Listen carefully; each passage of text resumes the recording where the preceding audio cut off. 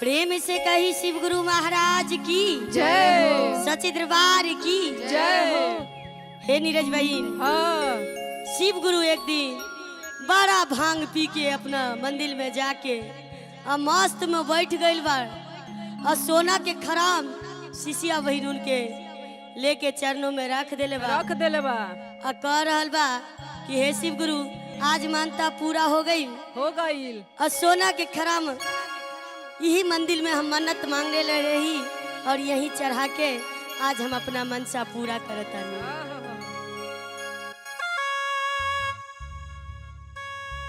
अरे के तोरा सोना के खरामुआ चढ़ल कौरे जान। जय हो रे जान रे तोरा चढ़ल कौरे जान। रे जान मंदिला के गेटवा तोहर सजल कौरे जान। रे जान मंदिला के गेटवा तोहर सजल कौरे जान। रे जान मंदिला के गेटवा तोहर सजल कौरे जान। तोरा सोना के खरामुआ चढ़ल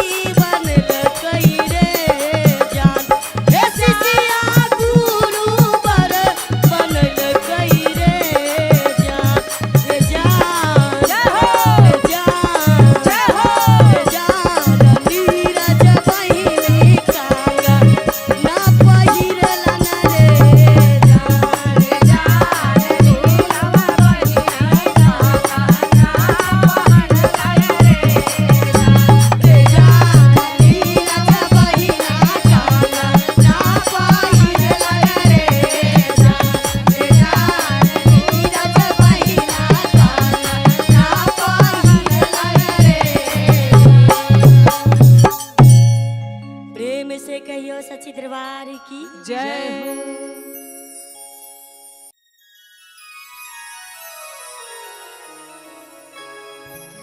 प्रेम से बोली शिव गुरु महाराज की जय हो। सच्ची दरबार की जय हो। और देखिए एक गुरु बहना शिव जी के बहुत मानत रहे, जो उनकी शिव गुरु के चर्चा में प्रत्येक दिन पहुंच के शिव गुरु के चर्चा करके अपना घर आवत रहे। शिष्या बहिन के पतोहिया बड़ा बदमाश रहे। कहे बुढ़िया तू कहाँ रोज रोज भाग जाली, कहाँ भाग जलिस रे? और 3-4 घंटा बिता के तब घर आवेली आ कहेले कि हमरा गरम गरम रोटी दी। ओहो। रे बुढ़िया जौन शिव के भजन करता काहे न उहे शिव गुरु के कहा तक कि हमरा रोटी बना के दी। अच्छा। शिष्या बहिन ओकरा रोटी ना देला, उ चल गईले अपने शिवलिंग पे। जय हो जय हो। आ शिव गुरु के पास जाके का कहेला, का कहेला बतावा। हे शिव गुरु हाँ। तोरा तो रोज घिया के दिया बरेला, हाँ। आ हमरा जिया पे एको गो सुखौती रोटी ना गईला, तो हम कैसे जिया बताई। कैसे? तू तो भांग धतुर खा के बेमत रहेला, रहेला। शिशिया का खा के मत रही। का हो शिव गुरु के दिया में से घिया चोरा के और रोटी में लपेट के खा के सूत गई। अब शिव गुरु हमारे खिसिया के एमो की शिवलिंग रहे से एमो घूर गई। अब सब शिष्या वही सोचे लगन कि आज बहुरावा के का भइल, शिवलिंग पे मुंह के बैठल रहे, आज एमो कैसे घूर गई। सब जोगी महात्मा के बजौलन कि शिव गुरु तमसा गइल बा, एकरा सोच करे के बा। पर शिव गुरु तमसा के ना उस शिष्या को प्यार देख के घूर गइल बा उधर। अच्छा। कि जब तक शिष्या बहिन ना आई है तब तक ला हम इधर ना घूमब। ना घूमो। अब देखिए शिष्या बहिन वो बेचारी तो गरीब रहे, ओकरा टोला पड़ोसा के लोग जिंदा ना बचे दी। कहीं कोनो चर्चा में जाला तो नचनिया बने जाला, तो कैसे तान मारेला लोग। कैसे मारता? सुनी जा ए गुरु बहिना बड़ा भाव बाई चर्चा में। हे शिव गुरु हरण दुख हमारी, हे शिव गुरु हरण दुख हमारी, हे शिव गुरु हरण दुख हमारी, हे शिव गुरु हरण दुख हमारी, हे शिव गुरु हरण दुख हमारी, हे शिव गुरु हरण दुख हमारी, हे शिव गुरु हरण दुख हमारी, हरण दुख हमारी।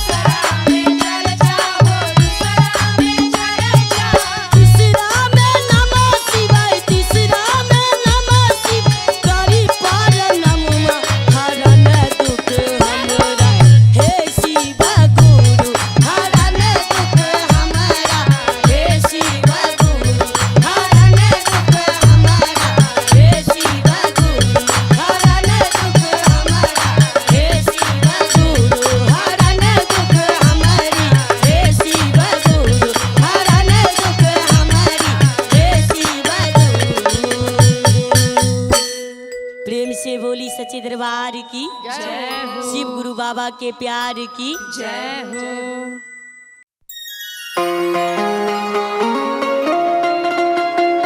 प्रेम से कही शिव गुरु महाराज की जय हो। सच्ची दरबार की जय हो। ए नीरज दीदी एगो बड़ा हसमुलिया हमर शिष्या बहिन रहे। उस शिव गुरु के दरबार में पहुँचला और पहुँच के अपना शिव गुरु से गुहार लगा बता का कहता आ कहता ए शिव गुरु सबके मन के आसरा पूरा दे पर ऐ शिष्या के मन के आसरा कहिया पुरैब कि खाली गाजा पी के आ भांग के लोटा शरबत दे के सुतल रहबा तो ऐ शिष्या के काम कैसे चली भोला कैसे चली भोला कैसे तो शिष्या बहिन का कहेला नीरज दीदी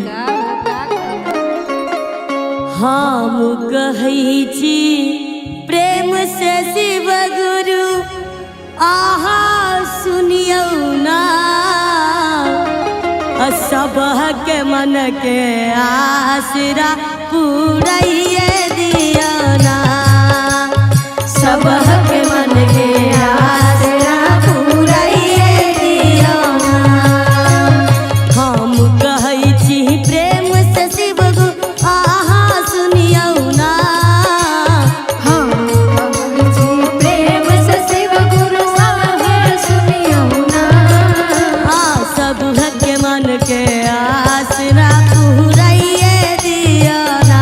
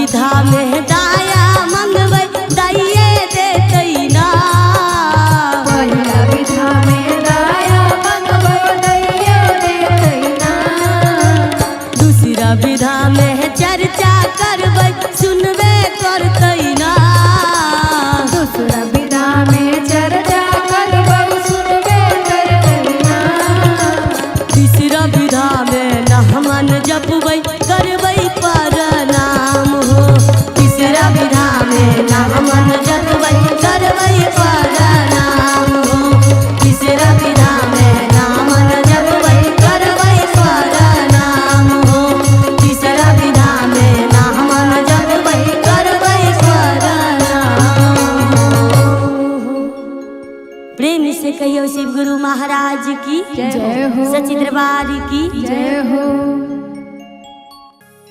प्रेम से बोली शिव गुरु महाराज की जय हो। सच्चे दरबार की जय हो। और देखियो नीरज भाई हाँ सबका दानी हमार महादेव हाँ ऑर्डर दानी सबका सब चीज दे छथिन, दे छथिन, सब पर दया करे छथिन। करै छथिन। नहीं जाने कौन गलती के पाप शिव गुरु हमार पुकारे नहीं सुनै छथिन। ओहो तो कोने भाव में शिव गुरु के की कहै छियै? की कहै छियै? अरे उजरल घर शिव गुरु आहू बसाबै छी, जय हो। हमरा किया गुरुजी घर से निकालै छी, हमरा किया शिव गुरु घर से निकालै छी, हमरा किए शिव गुरु घर से निकालै छी। उजरल घर शिव गुरु आहू बसाबै छी, उजरल घर शिव गुरु आहू बसाबै छी, हमरा किया यो दानी घर सँ भगाबै छी, हमरा कियो दानी घर से भगाबै छी, हमरा कियो दानी घर से भगाबै छी। भैया हरिंदर शिव के गुरु बनैलकै, मन मंदिर में शिष्या गुरु बनैलकै, मन मंदिर रसिया गुरु बनैलकै, मन मंदिर रसिया गुरु बनैलकै।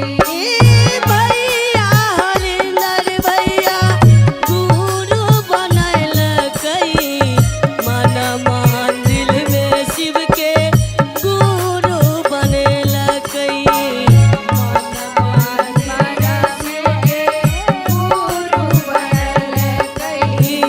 लीलम दीदी शिष्या बराचा बटलकै, लीलम दीदी शिष्या बराचा बटलकै, हमरा किया है गुरुजी घर से निकालै छी, हमरा किए गुरुजी घर से निकालै छी, हमरा किए गुरुजी घर से निकालै छी।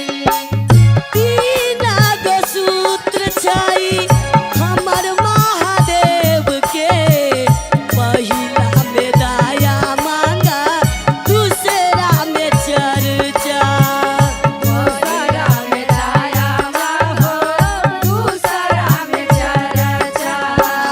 तीन गो सूत्र छै हमर महादेव के, पहिला में दया मांगा दूसरा में चर्चा, दूसरा में दया मांगो, दूसरा में चर्चा।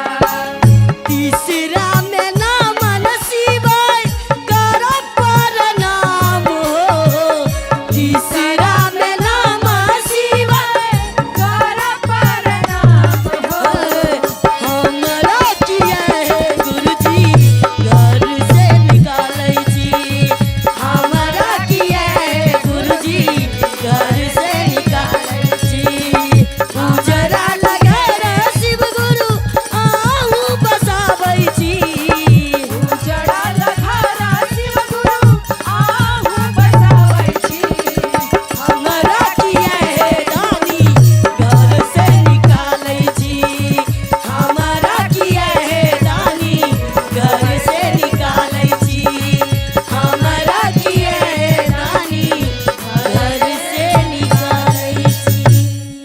प्रेम से कहियो शिव गुरु महाराज की जय हो। सच्चे दरबार की जय हो।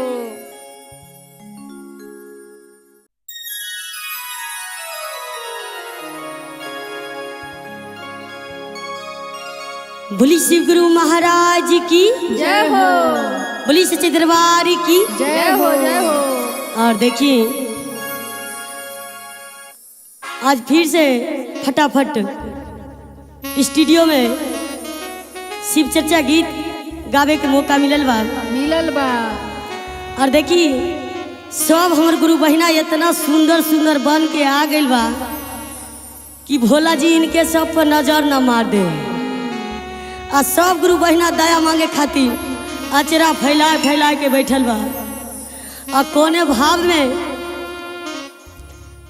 हमार दीदी लोग और साहेब 3 सूत्र के ज्ञान गलिए गलिए घूम के प्रसादी के रूप में बाटेला।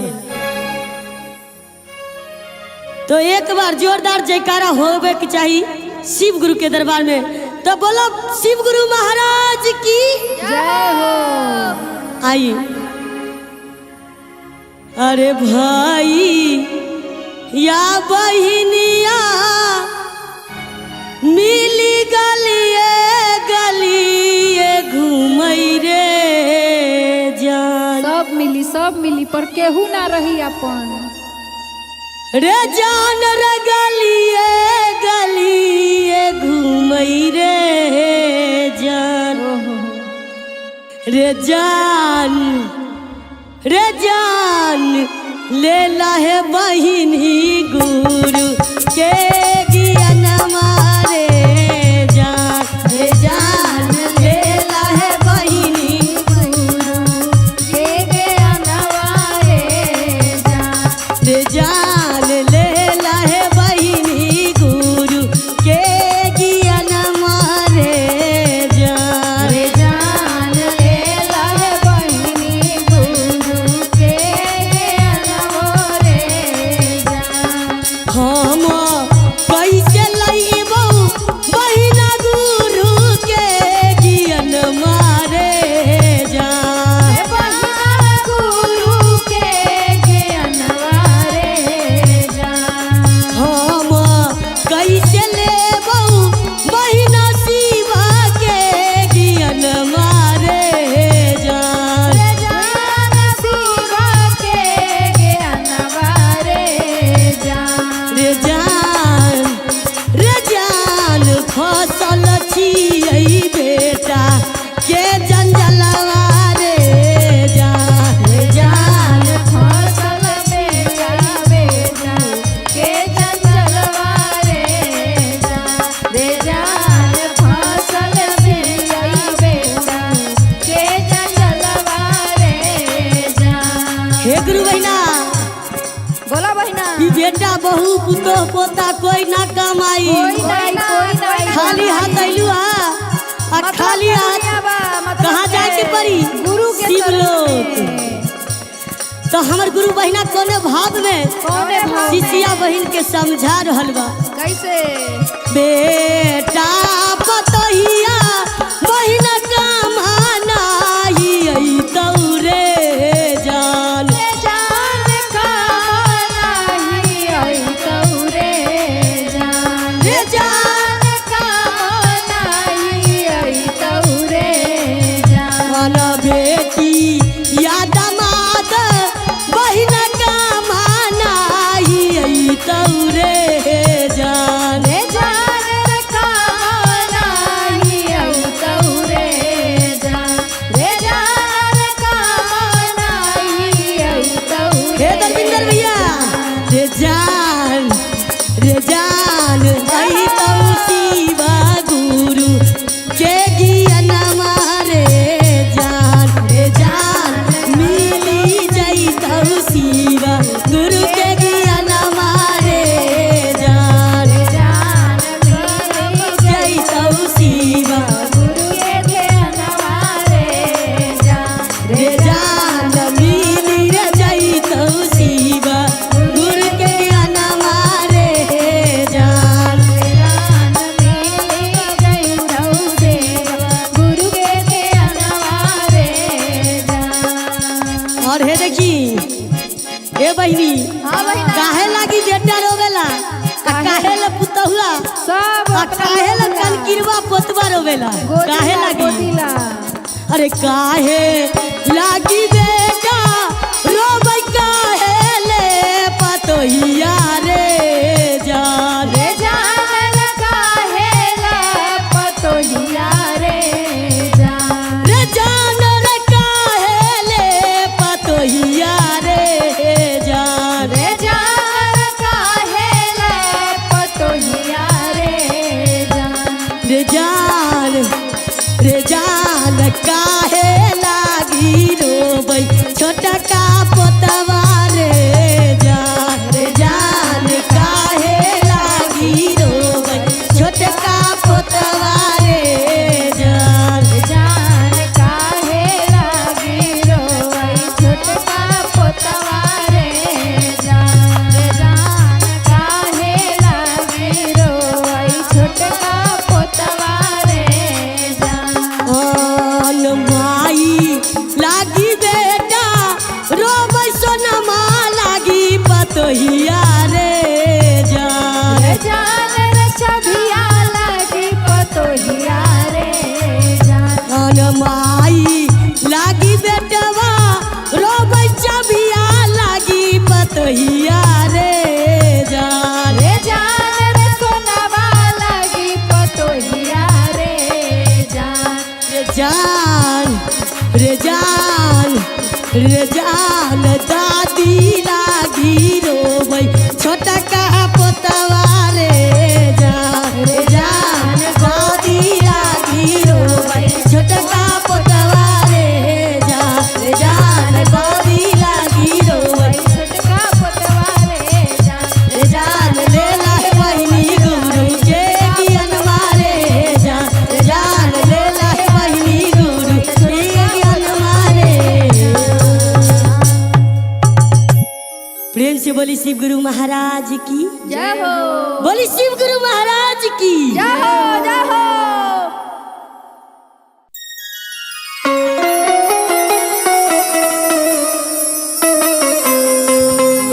प्रेम से कही शिव गुरु महाराज की जय सच्ची दरबार की जय।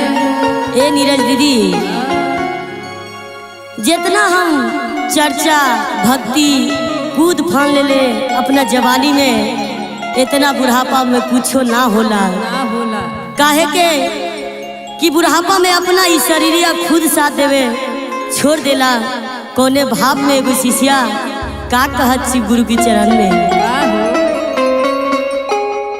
भजन करा भरे जवानी में बुढ़ापे में कुछ नहीं होला। चर्चा करा भरी जवानी में बुढ़ापा में कुछ नहीं होला।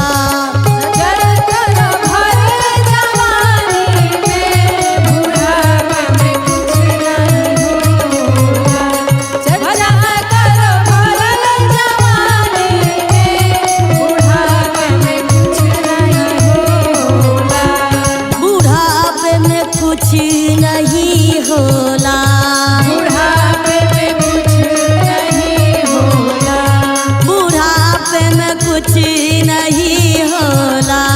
बुढ़ापे में कुछ नहीं होला। चर्चा करो चर्चा करो चर्चा करो मस्त जवानी में बुढ़ापा में कुछ नहीं होला। चर्चा करो भरल जवानी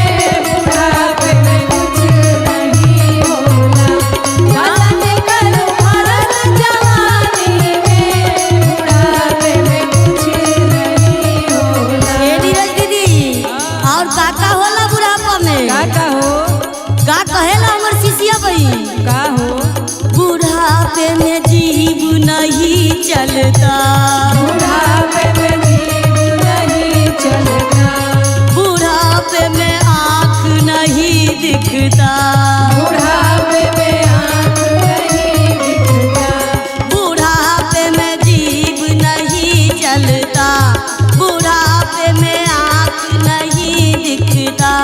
भजन करूं भजन करूं भजन करूं मस्त जवानी में, बुढ़ापा किसने देखा है। भजन कर मस्त जवानी में, बुढ़ापा कुछ नहीं होता, भजन कर मस्त जवानी में, बुढ़ापा में कुछ नहीं होता, भजन कर भाई जवानी में, बुढ़ापा में कुछ नहीं होता। प्रेम से कही शिव गुरु महाराज की जय हो, सच्ची दरबार की जय हो।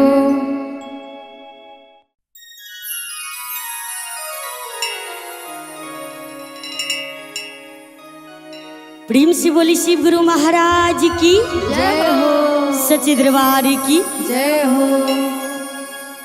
देखिए एक दिन के बात छला, नीरज बहिन विद्यापति हमार बहुत बड़ा शिव गुरु के भक्त छलखिन और बहुत मीठा मीठा भजन शिव गुरु का सुनबै छलखिन। हाँ वही दिन एक दिन हमार शिव गुरु एते लालच में आबि गेला, आ गइलो, सबके भजन सुन के कि विद्यापति एतऽ नौकर बन के उगना महादेव बन के विद्यापति के घर नौकर बन गइल बा। और जब नौकर बन के शिव अपना कैलाश पर्वत पर चल गइलन चल गइलो, तो कोने रूप में पागल होके उगना महादेव के विद्यापति ढूंढ रहल बा।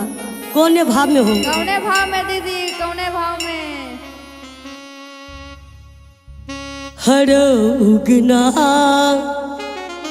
कता गले रुसना, हमार भंग पिसना, कतिक तोरा तक बोरो अही बान में, अही बान में।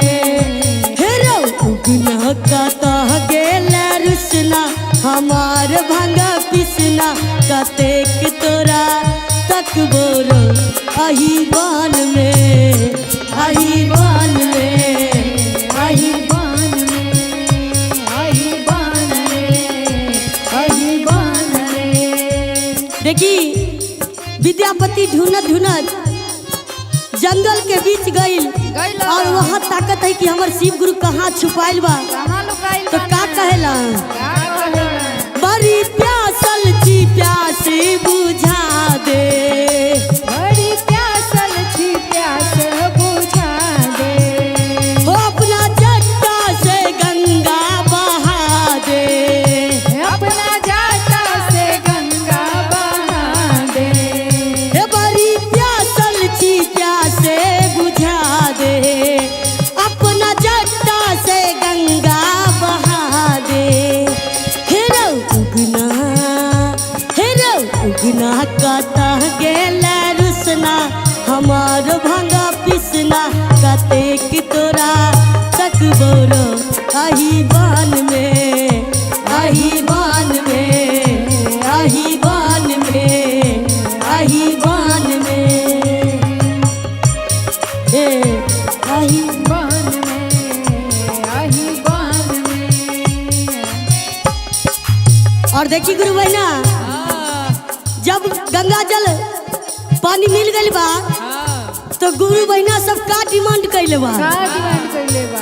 जे कहता ये उगना उदेसा, ये कहता ये उगना उदेसा, हुनका देबन हम कंगना संदेशा, हुनका देबै हम कंगना संदेशा, जे कहता ये उगना उदेसा, हुनका देबन हम कंगना संदेशा।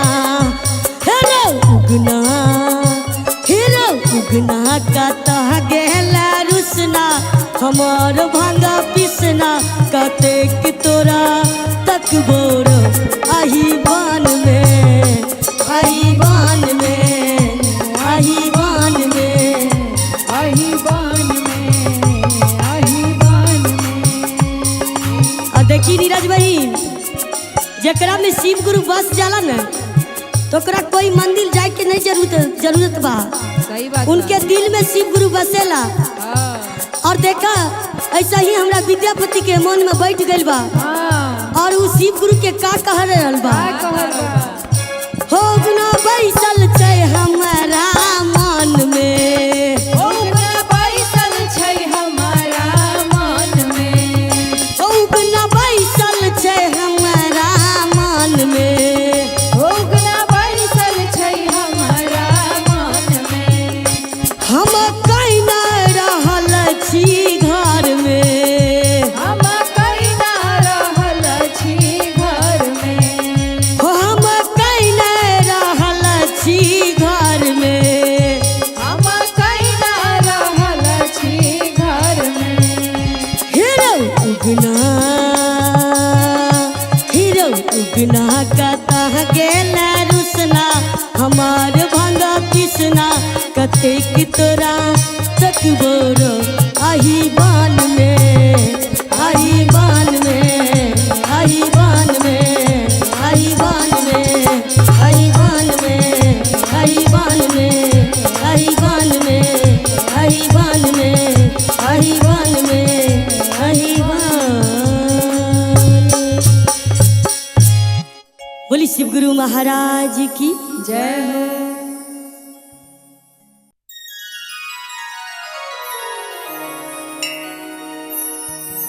बोली शिव गुरु महाराज की जय हो। बोली सच्चे दरबार की जय हो। देखियो एकटा गुरु बहिना जी की दर दर के ठोकर खेने छलखिन और कतौ हुनका बेटा के तबियत ठीक नहीं होइ छलन। अहिना हमर नीरज बहिन गुरु बहिना शिव चर्चा से जाय छलखिन तो दोसर की गुरु बहिना कहै छथिन कि हे नीरज गुरु बहिना अहाँ कतऽ से एलहुँ हँ। कहलखिन हम शिव गुरु के दरबार गेल रहौं, शिव गुरु के चर्चा में से आबै छी। तो नीरज गुरु बहिना कहै छथिन कि हे गुरु बहिना, देव के देव हमर आदि देव महादेव छथिन, जिनका दया कृपा से अनेकों को बिगड़ी बन जाय छै। अहाँ शिव गुरु के चरण में दया मांगू और शिव गुरु के बेलपत्र पीस कर अपना लाल के खुआबू और अहाँ के लाल का एकदम मन आनंद भ जेतन। और देखियो शिव गुरु के एहने दरबार भेलन कि ओइ गुरु बहिना के बेटा उठ कर खड़ा भ गेलन। बोली शिव गुरु महाराज की तो हे शिव गुरु, जहिना उ गुरु बहिना के अर्जी सुनली, अहिना एहि दरबार में जतिक गुरु भैया गुरु बहिना बैठल छन सबके दुख दूर करी। तो गुरु बहिना अपना गुरु के बखान कौन भाव में करे छथिन? कौन भाव में? अरे शिव गुरु भेजलन अमर जरिया हो, अरे शिव गुरु भेजलन अमर जरिया हो, जरिया पीस के पियावा। शिव गुरु भेजले अमर जरिया हो, जरिया पीस के पियावा। पीस के पियावा बहिना, पीस के पियावा, पीस के पियावा बहिना, पीस के पियावा। शिव गुरु भेजले अमर जरिया हो, जरिया पीस के पियावा। शिव गुरु भेजले अमर जरिया हो, जरिया पीस के पियावा। शिव गुरु भेजले अमर जरिया हो, जरिया पीस के पियावा। उहे जरिया अपना धरविंदर भैया के पियावा। भैया के पियावा हो, भैया के पियावा। उहे जरिया अपना रवि भैया के पियावा। भैया के पियावा संगे बहिनी के पियावा। अरे फेल भैले सब ओझा दुनिया हो, जरिया पीस के पियावा।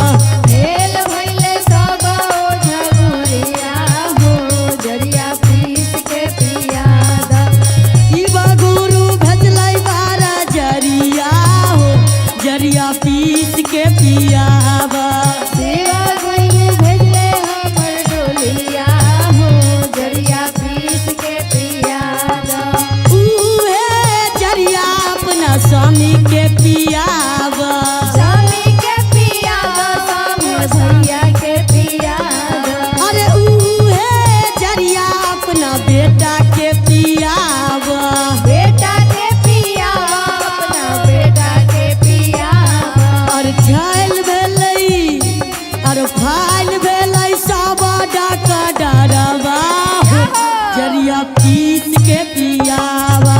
हेल भेलै सावा डरवा हो जरिया पीस के पियावा। और शिवा गुरु भेजलै अमर जरिया हो जरिया पीस के पियावा। शिवा गुरु भेजले अमर जड़िया हो जड़िया पीस के पियावा। उहे जरिया गुरु भैया के पियावा। भैया के पियावा गुरु बहिना के पियावा। उहे जरिया गुरु बहिना के पियावा।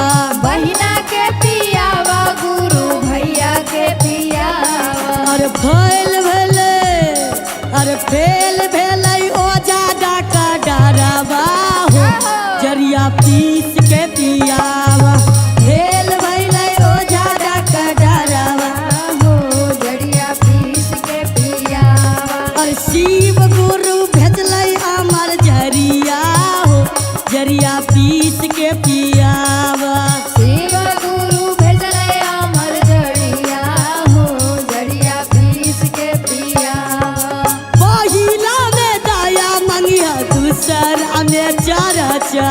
दूसरा में चारा चा हो दूसरा में चारा चा। पहिला में दया मंगिया दूसरा में चरचा। दूसरा में चारा चा हो दूसरा में चारा चा। तीसरा में और तीसरा में करिया परनामा हो जरिया पीस के पियावा। तीसरा में करिया परनामा हो जरिया पीस के पियावा। शिवा गुरु भेजलन अमर जरिया हो जरिया पीस के पियावा। शिवा गुरु भेजलन अमर जरिया हो जरिया पीस के पियावा। बोली शिव गुरु महाराज की जय हो बोली सच्चे दरबार की जय हो।